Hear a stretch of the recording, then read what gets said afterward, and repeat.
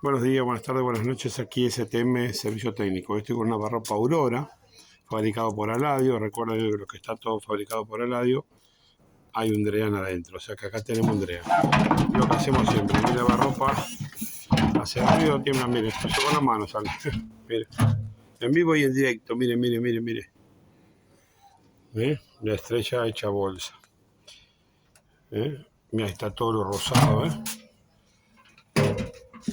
Mire.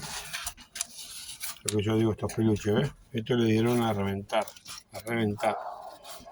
Ahora vamos a que lavar y que ver dónde está roto, a ver si podemos arreglarlo. Está bastante roto. Acá. Así podemos calentarlo, que hacemos siempre, y emparchar con plástico. Ahí está. Otra vez estrella rota. Hay que hacerle el mantenimiento. No está tan sucio ¿lo ven? Bueno, acá se nota como un rallador, quiere decir que ya estaba tocando. Empezó a tocar y le dieron. Este cliente también me dijo que le daba corriente, así que en algún lado debe estar cortada. A ver, revisar después lavar. Porque si le da corriente, a lo mejor en algún lado, a ver, puede ser que esté rota. Ahí, puede ser ahí, ¿ves? Y caía agua.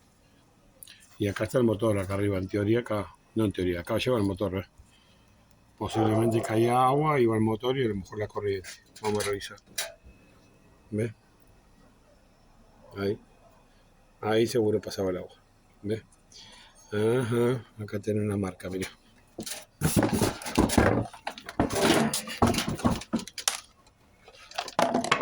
Puede ser ahí. Que caía acá. Esta guía acá. Ahí. Y de ahí a lo mejor caía el motor. Bueno, a revisar se ha dicho. Bueno, acuérdense cuando empezamos con los ruidos, a pararlo. A pararlo a tiempo. Bueno, si te gustó el video, déjame un me gusta, suscríbete o hazme algún comentario. Gracias.